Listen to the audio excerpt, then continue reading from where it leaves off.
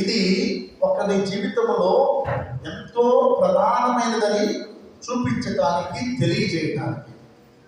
అందుగురించే యోహాను సువార్తలో స్వయాన క్రీస్తు ప్రభువే జ్ఞానస్నానం గురించి యోహాను సువార్త 3వ అధ్యాయము 3వ వచనంలో మనం చూస్తూ ఉంటాము. జ్ఞానస్నానం యొక్క ప్రాముఖ్యత. తరచుగా మనం జ్ఞానస్నానం అంటే ఆయన ఇలా చెప్పాడు, ఈయన ఇలా చేయమన్నాడు, ఆయన అలా చేసిందే సరి అయినది, ఈయన ఇలా చెప్పిందే సరి అయినది, నేను ఇచ్చే జ్ఞానస్నానం, నేను ఇచ్చే రక్షణ సరి అయినదా కాదా, ఇలాంటి ప్రశ్నలన్నీ కూడా మనము వాళ్ళు చెప్పేది, వీళ్ళు చెప్పేది, అతను చెప్పేది, యూట్యూబ్లో చెప్పేది అన్ని వింటాము.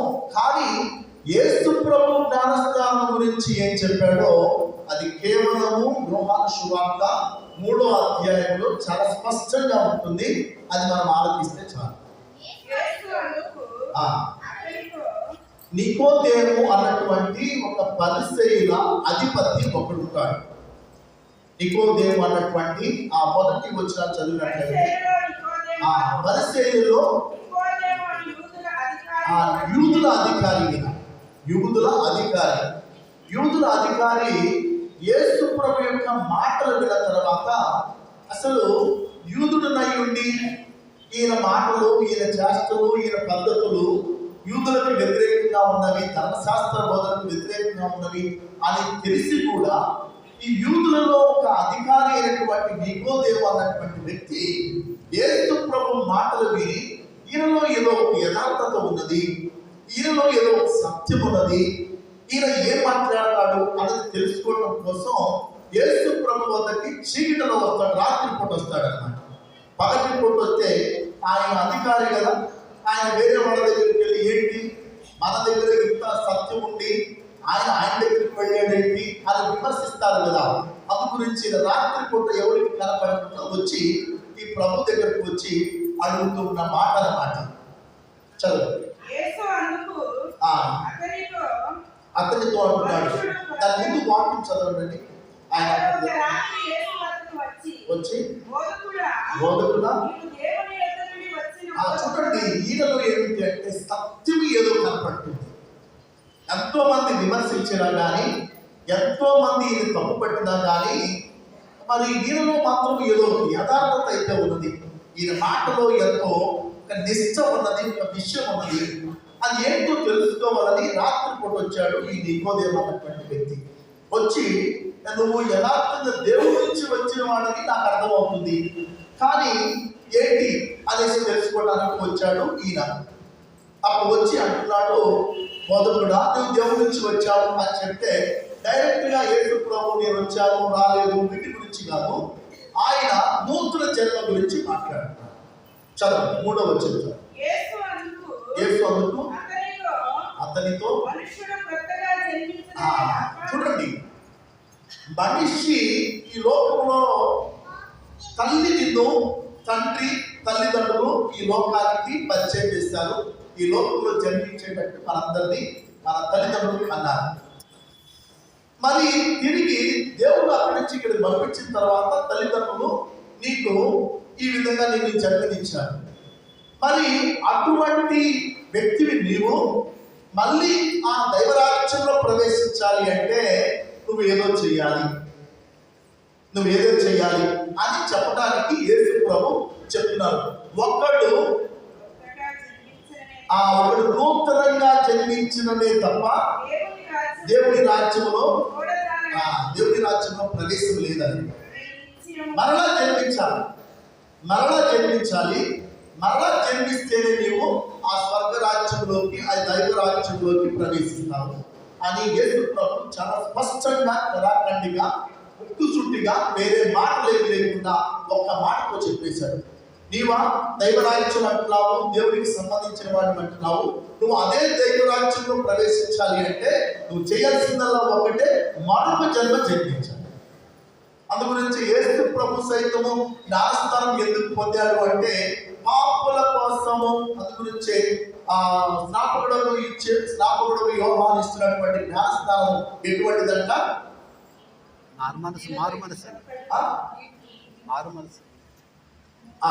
పాప మన్నింపు కోసము, హృదయ పరివర్తన కోసమై ఆయన యోర్దాను నదిలో జ్ఞానస్నానం. మరి ప్రభు ఏం పాపం చేశాడు అంటే పాపుల రక్షణ గావించుటకు పాపుల తరపున ఇదిగో నేను వచ్చి ఉన్నాను అనే ఒక నిదర్శనాన్ని అక్కడ చూపించున్నాను. అందు గురించే అయ్యా నువ్వు రావట్లేదు నా దగ్గరికి, నేనే నీ దగ్గరికి వచ్చి జ్ఞానస్నానం పొందాలి కదా అంటే ఇదిగో ఇప్పుడు దేవుడి ప్రధానంగా నేను ఈ పాపుల కోసం వచ్చాను, పాపుల తరపున నీ దగ్గరికి వచ్చి ఈ జ్ఞానస్నానం పొందుతున్నాను.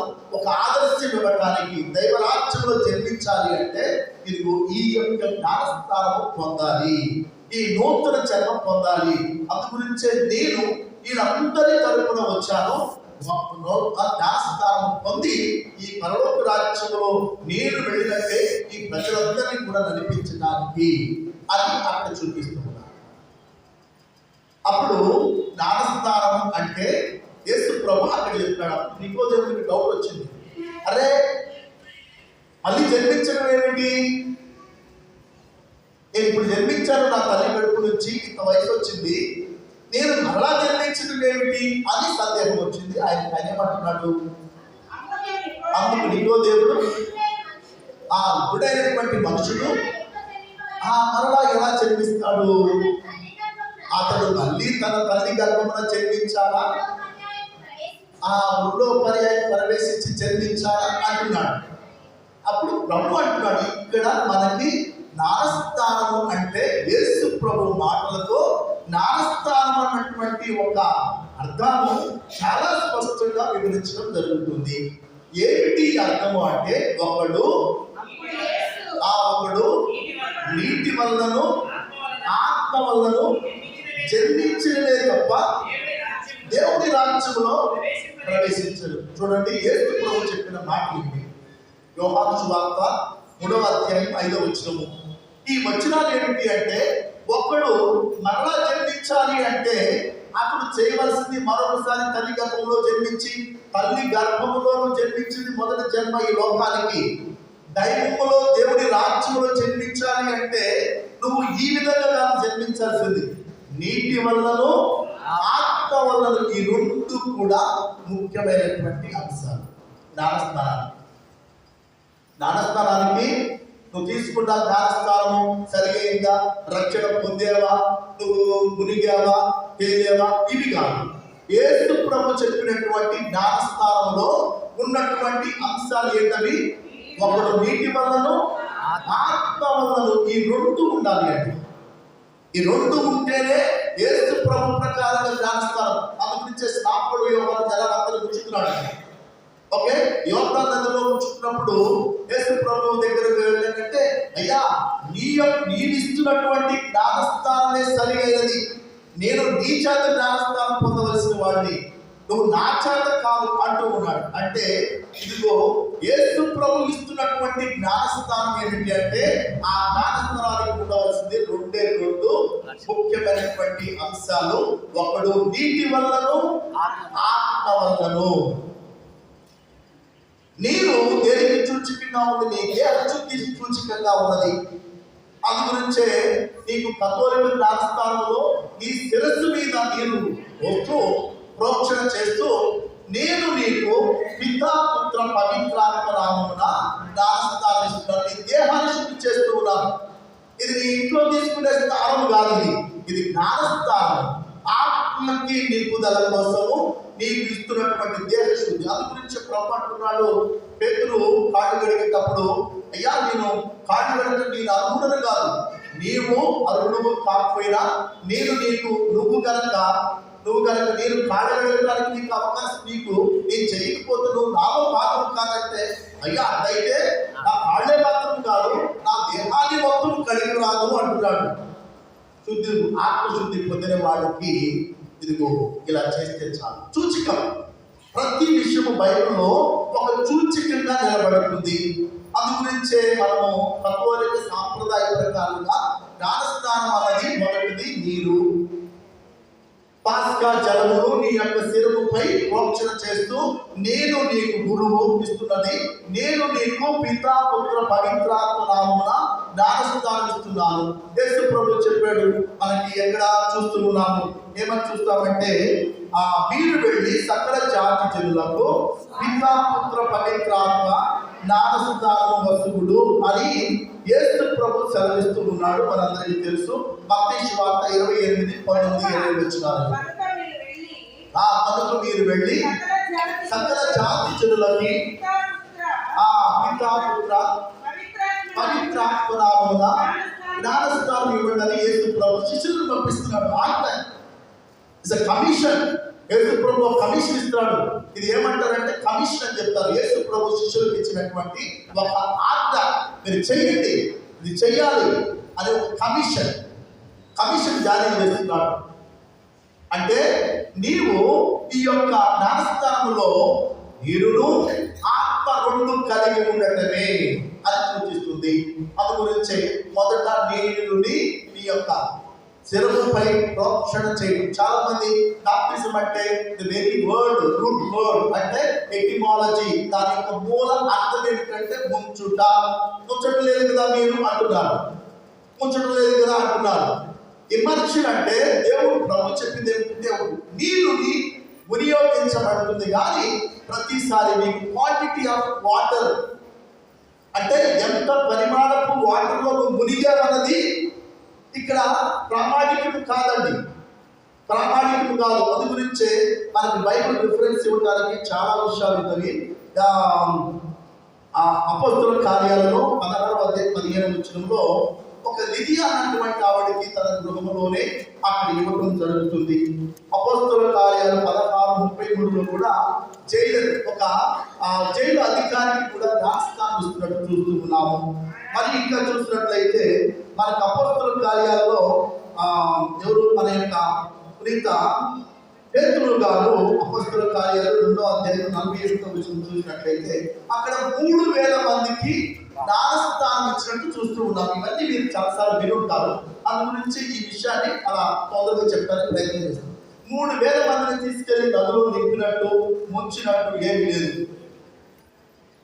లేదు. కానీ ఈ జ్ఞానస్నానం ఏమిటి అంటే ఒక యాదృచ్ఛికమైనటువంటిది. అంటే ఈ పవిత్ర జల ప్రోక్షణ అన్నది నీ శిరమును నీ దేహమునకు మరి ఏది గట్టైనటువంటి ఈ శిరస్సుపై జల ప్రోక్షణ చేసి నీకు ఆత్మశుద్ధిని గావించేది. ఇది దేహశుద్ధి మాత్రమే కాదు. అందు గురించి దేహశుద్ధి అంటే నువ్వు స్నానం చేయాలి కాదు, ఇది ఆత్మకి సూచికగా నిలబడినటువంటిది. అందు గురించి తరచుగా మీరు జలగరికి జ్ఞానస్నానం అని కొంతమంది ఎగతాళి చేసేవాళ్ళు కూడా మనకి చాలా లోతైనటువంటి మర్మాలు ఇంకా బైబిల్లో ఉంటవి. యెహెజ్కేలు ప్రవక్త 36:25 ఉంటుంది. యెహెజ్కేలు 36:25 అంటే జల ప్రోక్షణ అన్నది ఎలా ఉంటుందో చూపించడానికి.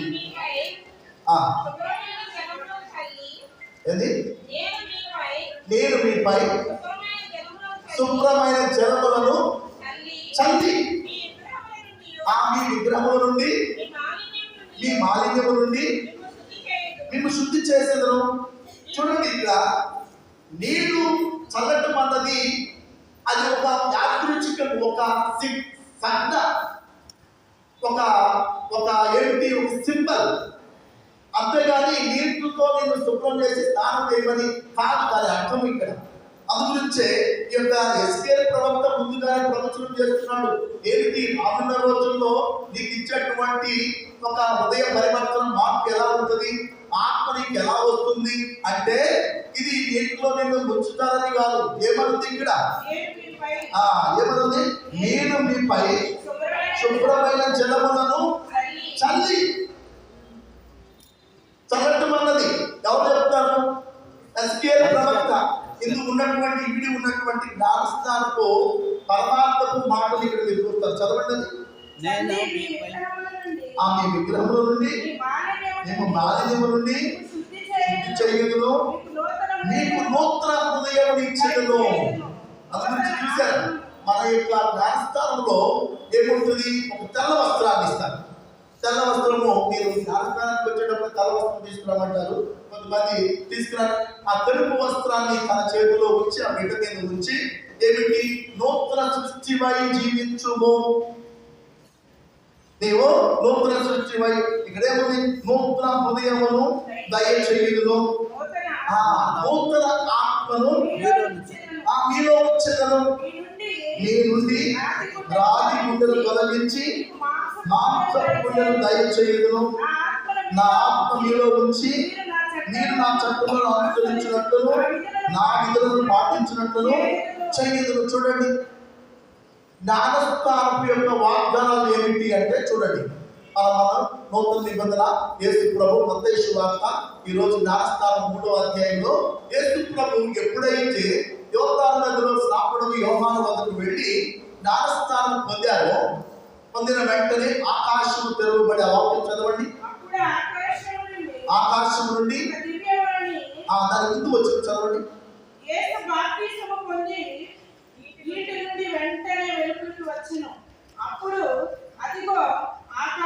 చూడండి, ఆకాశము తెరవబడి దేవుని ఆత్మ ఒకటి ఏముంది? నీకు జ్ఞానస్థానంలో బాప్తిసములో ఏమి జరుగుతుందంటే ఆత్మ నీకు ఇవ్వబడుతుంది. ఆత్మ నీకు ఇవ్వబడుతుంది. ఆత్మ ఇవ్వబడుతుంది. ఎందుకు ఈ ఆత్మ అంటే, చూడండి, మళ్ళీ ఎక్కడ? ఒకడు ఆత్మ వలన జలము వలన జన్మించినది తప్ప దేవుని రాజ్యంలో ప్రవేశించడు. ఆత్మ ఇవ్వబడి ఇంకేమనుంది? అప్పుడు తండ్రి అయినటువంటి దేవుడు ఇలా మాట్లాడుతున్నాడు. ఏమని మాట్లాడుతున్నాడు? ఈయన నా ప్రియమైనటువంటి కుమారుడు, ఈయన నేను ఆనందించుతున్నాను. చాలా ముఖ్యమైన విషయం. జ్ఞానస్థానమునందు నీ తల్లి నీ తండ్రి దైవ సన్నిధికి తీసుకొచ్చి సమర్పించినప్పుడు అప్పుడు దేవుడు అంటున్నాడు, ఈ యొక్క బిడ్డని, ఈ యొక్క కుమార్తెని, ఈ కుమారుడిని నేను నీకు ఇచ్చాను. ఎవరిచ్చారు? నేను ఇచ్చాను. నువ్వు తీసుకొచ్చి నా సన్నిధిలో సమర్పించావు కాబట్టి ఈయన నా కుమార్తె, నా కుమారుడు, ఈయన నా ప్రియమైనటువంటి బిడ్డ. చూడండి ఎంత గొప్ప అర్థము.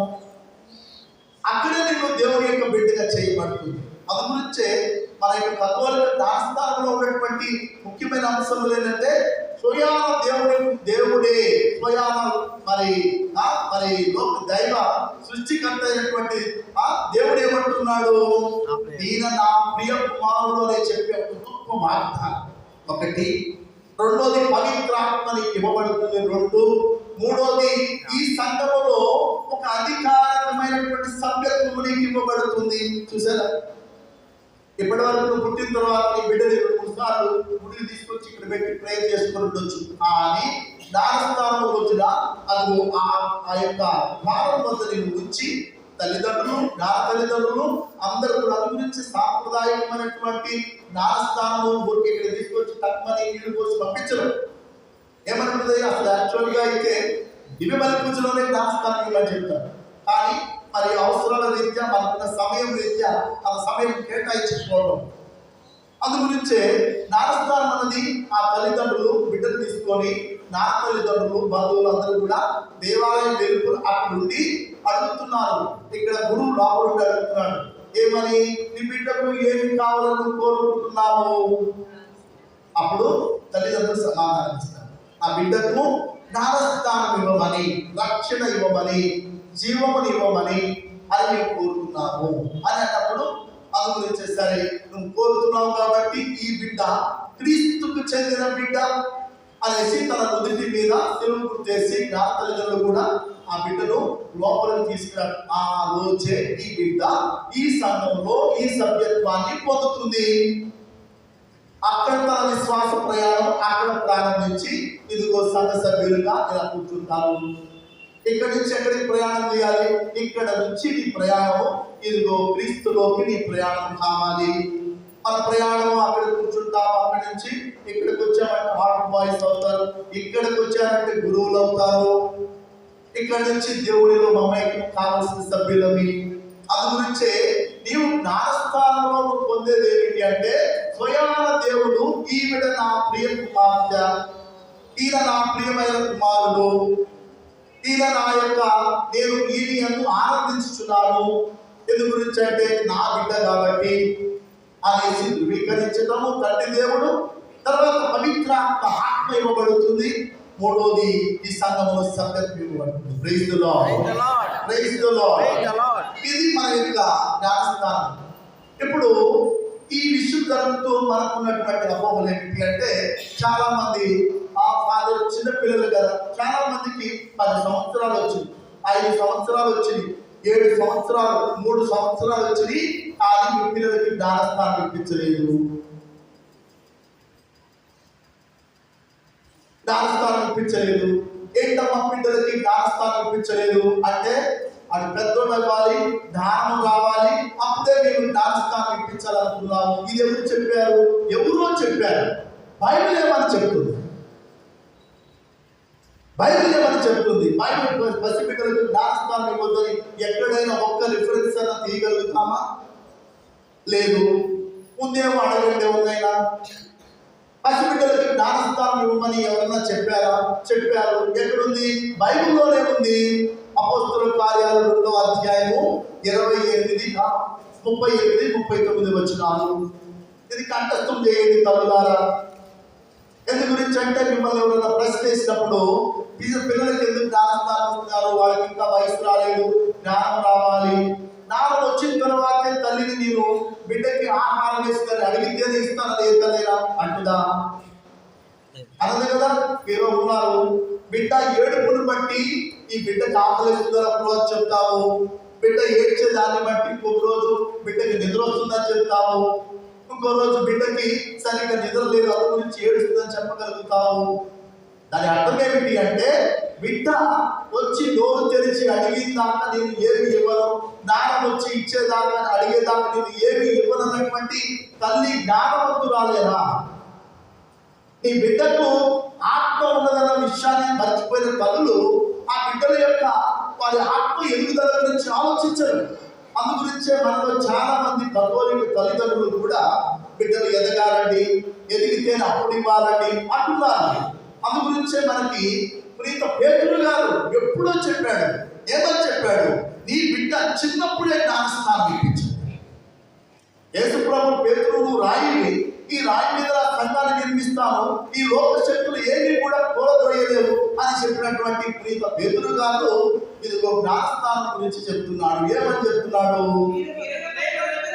చూడండి ఇక్కడ ఏమని చెప్తున్నారో ఆలోచించండి. మీరు హృదయ పరివర్తన చెంది మీ పాప పరిహారములకై ప్రతి ఒక్కడు యేసుక్రీస్తు నామమున ఏం పొందాలంట?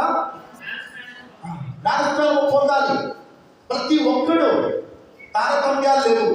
మీరు వెళ్ళి సకల జాతి జనులకి ఈ కులము, ఆ వర్గము, ఆ జాతి, ఈ ప్రాంతము అనేది లేదు. సకల జాతి జనులకు అని చెప్పబడ్డది. ఇక్కడ ఏమిటి?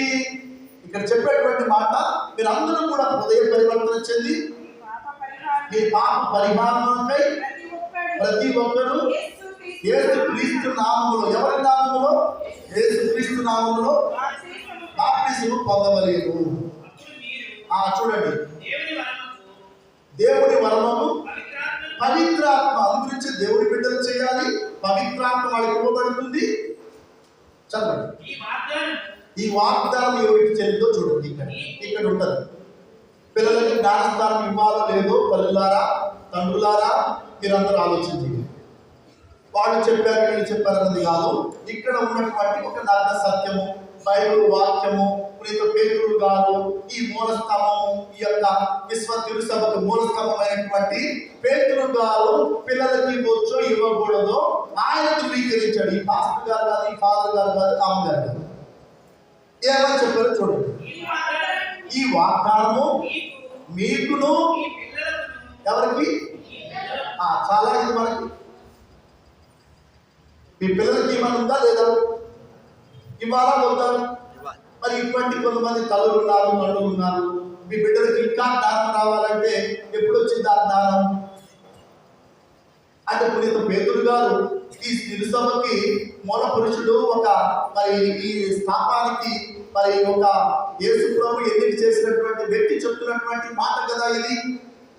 యేసు ప్రభు కూడా జ్ఞానస్థానం ఇచ్చాడు. ఈ యొక్క శ్రాపకుడు యోహాను పక్కనిస్తుంటే యేసు ప్రభు కూడా ఆ శిలోహు అన్నటువంటి ప్రాంతంలో సలీం అన్నటువంటి ప్రాంతంలో జ్ఞానస్నానాలు ఇస్తున్నారు. ఆయన వద్దకు అనేక మంది రాబడ్డారు. వచ్చినప్పుడు ఏ పిల్లలారా మీకు ఇంకా జ్ఞానం రావాలి, అప్పుడే రండి, అప్పుడు తీసుకొచ్చి జ్ఞానస్నానం లేదు, ఎక్కడా రిఫరెన్స్ లేదు. కాబట్టి మనందరం కూడా తల్లిదండ్రులుగా మొదటి బాధ్యత, నీ బిడ్డ పుట్టిన వెంటనే ఆత్మ బిడ్డ మీదకి రావాలి. ప్రియమైనటువంటి దేవుడు ఏమని చెప్పాలి, ఇదిగో ఈవిడ నా కుమార్తె, ఈవిడ నా కుమారుడు, ఆ బిడ్డకు నా బిడ్డ అని దేవుడు ఓన్ చేసుకోవాలి. పెద్దవాళ్ళు కావాలి, జ్ఞానం రావాలి. వాళ్ళకి జ్ఞానం వచ్చి అడిగిందే తల్లి ఇస్తుందా? అవసరం లేదు. బిడ్డ తరపున తల్లి అడుగుతుంది. ఆ బిడ్డకి ఆకలిస్తుంది, ఆ బిడ్డకి చలి కొడుతుంది, ఆ బిడ్డకి నిద్ర వస్తుంది. తల్లి తెలుసవ కూడా నీ తరపున ఇదే విధంగా అడుగుతుంది. జ్ఞాన తల్లిదండ్రులు పెడుతుంది. మళ్ళీ మనం ఎంతమందిని చాలా వరకు జ్ఞానస్థానంలో మనందరం కూడా మన ఇష్టమైనటువంటి పేర్లు పెట్టుకుంటున్నాం, మంచిది, వద్దని కాదు. కానీ ఒక పాలక పునీతుడు ఎన్నిక చేయకపోవడం మన దౌర్భాగ్యము. పాలక పునీతులు మనందరి గురించి ప్రతి ఒక్కరికి పాత ఎవరు బాప్తిజం పొందిన వాళ్ళు గురువులు చెప్పేవాళ్ళు, అదేవిధంగా విశ్వాసులు కూడా వినేవాళ్ళు. మరి మంచి పేరు పునీత మౌలికమ్మ, పునీత అగస్టీన్ గారు, ఓకే, పునీత శబరి వారు, పునీత ఫౌస్టీనమ్మ, ఈ పేరు ఎందుకు పెట్టేవాళ్ళు? వాళ్ళ యొక్క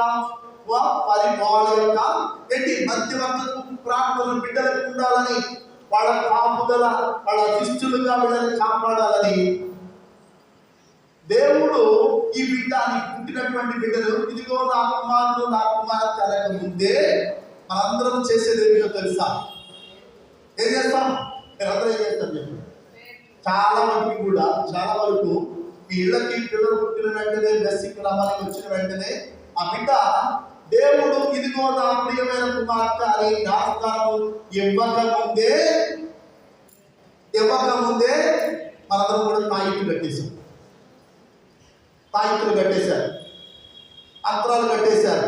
మీ బిడ్డల చేతులకి, కాళ్ళకి, తలకి, మెడకి అంతరాలు ఉండని ఎంతమంది ఇటువంటి వాళ్ళమై ఉండి మనందరం కూడా క్రైస్తవులు అని కూర్చొని చెప్పుకుంటున్నాం. చూడండి, దివ్య ప్రసాదం తీసుకుంటామని చెప్పండి. ఇంకా దేవుని యొక్క బిడ్డ నీ కుమారుడు ఎలా అవుతాడు? అప్పటికే ఆ బిడ్డ తాయితుకి బిడ్డ అయిపోయాడు.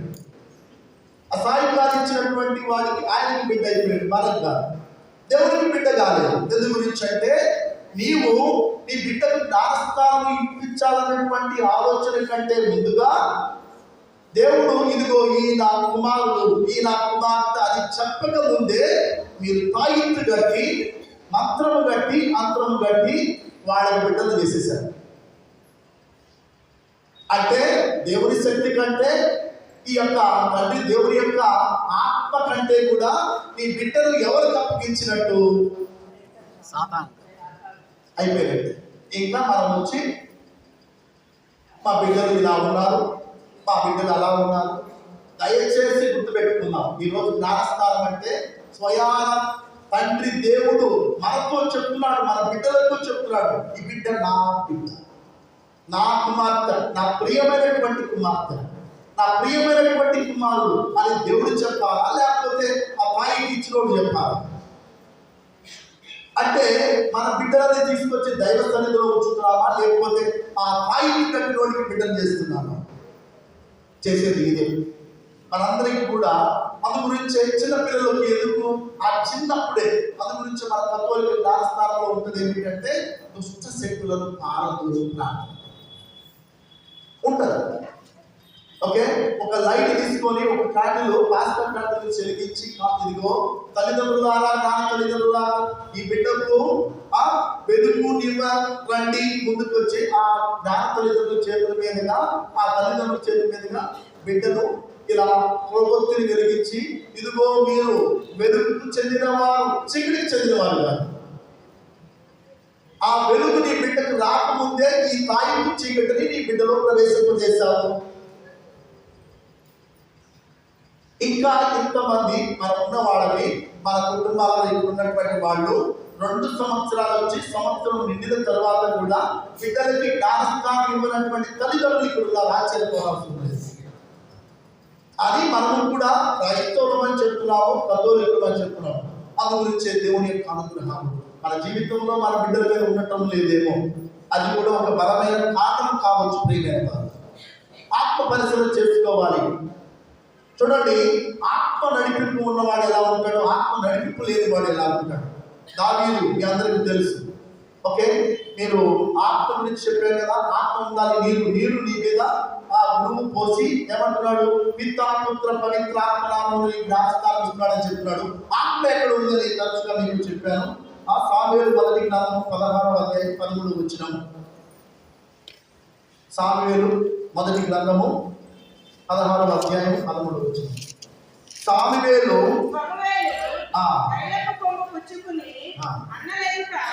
అతనికి అభిషేకము చేసెను. ఆ రోజు మొదలుకుని యావే ఆత్మ దావీదుని ఆవరించి అతనిలో ఉండిపోయాను. చూడండి, ఏముండాలా?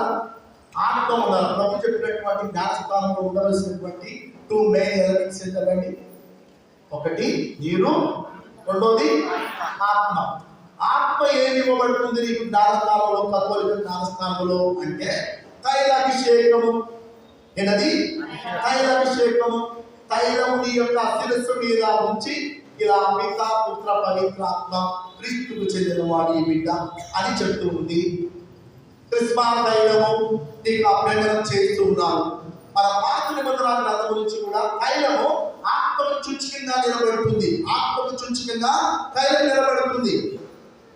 అందు గురించే రాజులని తైలంతో అభిషేకించేవాడు, న్యాయాధిపతులను తైలంతో అభిషేకించేవాడు, ప్రవక్తలని తైలంతో అభిషేకించేవాడు. దానికి ఉదాహరణ ఏమిటి అంటే, ఈ రోజు మనం చదువుకున్నటువంటి సాముయేలు మొదటి గ్రంథము 16వ అధ్యాయము 11వ వచనంలో ఏంటంటే, ఇక్కడ సమూయేలు తైలపు కొమ్మును పుచ్చుకొని అన్న ఎదుట అభిషేకం చేశాడు. తైలం తీసుకొచ్చి రాజుగా అభిషేకం చేస్తాడు. అందు గురించే జ్ఞానస్థానంలో తైల అభిషేకం ఉంటుంది. ఇంకా భద్రమైన అభ్యాసంలో తైలాభిషేకం ఉంటుంది. గురుత్వం పొందినప్పుడు తైలాభిషేకం ఉంటుంది. ఎపిస్కోపల్ ఆర్డినేషన్ బిషప్ గారు అయినప్పుడు తైలాభిషేకం ఉంటుంది. ఇవన్నీ కూడా ఉంటుంది. ఎందుకు? తైలం అన్నది దేని గుర్తు? ఆత్మకి గుర్తు. ఇప్పుడు చెప్పండి, ఆత్మయు జలము రెండు నీ యొక్క కథోలిక జ్ఞానస్థానం పొందినప్పుడు ఉన్నాయా లేవా? అది యేసు ప్రభు చెప్పిన జ్ఞానస్థానం ఇది. ఇలా చెప్తూ అందరూ ఎదుట ఏం చేశాడు? సమూయేలు తనకి దావీదుకి అభిషేకం చేశాడు. అభిషేకం చేసిన తర్వాత ఏమొచ్చిందంట? ఈ తైలం పోయడం ద్వారా అవి ఆత్మ దావీదును ఆవరించింది. చూడండి, ఆత్మ నింపుదల ఈ తైలం ద్వారా ఇవ్వబడ్డది. ఇవ్వబడ్డ తర్వాత ఈ ఆత్మతో నింపబడ్డవాడు ఎలా ఉన్నాడో తెలుసా? ఆత్మతో నింపబడ్డటువంటి సమూయేలు ఎవరు? దావీదు ఎలా ఉన్నాడో తెలుసా? వీళ్ళ అన్నదమ్ములు అందరూ కలిసి యుద్ధానికి వెళ్ళారు ఫిలిస్తీన్లతో. అక్కడ ఎవరున్నారు? గొలియాతు ఉన్నాడు. గొలియాతు ఏం చేస్తున్నాడు? జబ్బలు దర్శకుంటూ, మీలో ఎవడైనా ఇశ్రాయేలీ ప్రజల్లో ఏ ఒక్కడైనా మనగాడు ఉంటే నాతో వచ్చి కలపడండి, నేను ఓడిపోతే మీకు ఊడిగం చేస్తాను, మీరు ఓడిపోతే ఇశ్రాయేల్ అందరూ కూడా నాకు ఊడిగం చేయండి అని సవాలు విసురుతుంటే, అభిషేకం లేని వాడు భయపడుతూ ఉన్నారు. అభిషేకం లేని వాడికి తేడా అది. అందు గురించే మన పిల్లలకి అభిషేకము పొందినటువంటి వాళ్ళు ఎలా ఉంటారు, అభిషేకం లేని వాళ్ళు ఎలా ఉంటారు, ఆత్మ ఉన్న వాళ్ళు ఎలా ఉంటారు, ఆత్మ లేని వాళ్ళు ఎలా ఉంటారు. వీళ్ళందరూ భయపడుతున్నారు. ఎవరు? దావీదు అందరూ, ఇజ్రాయేల్లో ఉన్నటువంటి బలాఢ్యులు, ధైర్యశాలులు అనుకునే వాళ్ళందరూ కూడా అక్కడ ఉంటే, అక్కడ ఉన్నటువంటి ఆ సరిహద్దులో గొలియాతుని సవాలు విసురుతున్నాడు, రండి తెలుసుకున్నారు. ఆ సమయంలో దావీదు అక్కడికి వచ్చాడు. గుడ్డోడు వాళ్ళ యొక్క అన్నలకి భోజనం అక్కడికి వచ్చాడు. భోజనం తీసుకొచ్చి ఈ ఫిలిస్తీయుడైనటువంటి గొలియాతు మాట్లాడుతున్నటువంటి మాటలు విని ఆత్మతో నిండినవాడు ఊగిపోతున్నాడు, ఆగలేకపోతున్నాడు. ఆగలేక ఏమన్నాడు తెలుసా? ఎవడీడు? ఆ ఉన్నతి సంస్కారం లేనటువంటి ఈ ఫిలిస్తీయుడు సజీవ దేవుడైనటువంటి యాభై కులనాడు అంతటి వాడా? చూసారా?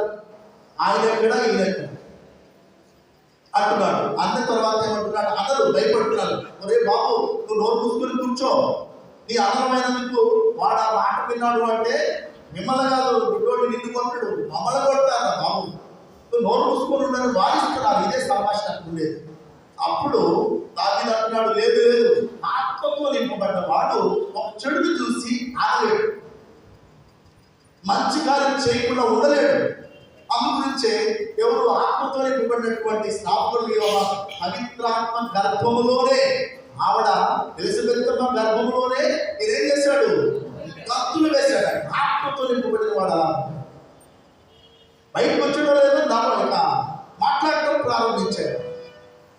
ఆత్మతో నింపబడినటువంటి దావీదు ఏం చేశాడు, ఓర్పుండలేదు. వెంటనే ఏం చేస్తున్నాడు, లేదు లేదు లేదు, నేను అతనితో పోరాడతాను, నాకు సమయం ఇవ్వండి. అప్పుడు దాకా ఈ రాజులందరూ, ఇక్కడ ఉన్నటువంటి సైన్యాధిపతులందరూ కూడా భయపడుతూ, అరే ఎవరు తనకానికి వాడి మీదకి వెళ్ళేవాడు ఎవడు లేడు, కనీసం ఈడన పంపిస్తే కనీసం మన పరువన దక్కింది, తను తిన్నాడు అనుకొని ఎవరు వదిలేరు, దావీదుని వదిలేరు. వదిలినప్పుడు వెళ్ళాడు, అర్థమైందా, వెళ్ళేటప్పుడే ఈయనకన్నీ కూడా ధరింపజేస్తున్నాడు, నాకు అయ్యేది అవసరం లేదు. 50 పేరుతో వెళ్తున్నాను, చూసారా? 50 ఆత్మ ఉన్నప్పుడు, దేవుడి ఆత్మ మన మీద ఉన్నప్పుడు ఈ లోకపరమైనటువంటి విషయాల మీద మనం ఆధారపడమండి. ఈ లోకపరమైనటువంటి విషయాల మీద మనం భయపడం. ఆయన చూసుకునేది 50 ఆత్మలు ఆయన ఉన్నది. ఈడెవడు ఇంతటి వాడైనా కానీ చిన్నవాడిగా కనపడుతున్నాడు దావీదుకి. అందు గురించి ఏం చేస్తున్నాడు, ఆయన వడిసె తీసుకున్నాడు, 2-3 రాళ్ళు వేస్తున్నాడు అంతే. అప్పుడు ఈ వడిసె తీసుకుని వెళ్తుంటే ఏమి మన గొలియాతు అంటున్నాడు, అరే నేను ఈ వడిసె తీసుకొని రాళ్ళు వేసుకుని వస్తున్నాను, నేను ఏమైనా పెట్టడానికి కుక్కలా ఉన్నారా అంటే, నేను కుక్కలా ఏంటి అనుకుంటున్నాను. లేదు లేదు, అదొక్కటి చాలు. దేవుని నామమున వచ్చేవాడికి ఏదైనా కానీ సాధ్యమే. క్రీస్తు నా పక్షములా ఉంటే నా విరోధి ఎవడు ఉంటాడు. అందు గురించే చక్కగా వడిసి తీసుకొని ఒకే ఒక్క దెబ్బ, చూసారా? ఆత్మ ఉన్నవాడు అలా ఉంటాడు. మన బిడ్డలకి ఆత్మ ఇచ్చేది జ్ఞానస్థానంలో ఇంకా ఎనకడుగు వేస్తున్న తల్లులారా, సందేహాలు కలిగినటువంటి తల్లులారా, మీ బిడ్డలకి జ్ఞానస్థానం అవసరం లేదా? చిన్నపిల్లలకి జ్ఞానస్థానం ఇవ్వాలి. ఇదిగో పేతురు గారు చెప్తున్నాడు, బైబిల్ ఘోషిస్తూ ఉంది. నీ బిడ్డలకి ఇవ్వటానికి ఇంకా సందేహం ఏమిటి? నీ బిడ్డలు ఇంకా వెనకబడే ఉండాలా? నీ బిడ్డలకి ఎప్పుడు దేవుడి రక్షణ, ఇదిగో నా ప్రియమైన కుమారుడు అని ఎప్పుడు చెప్పించుకోవాలి?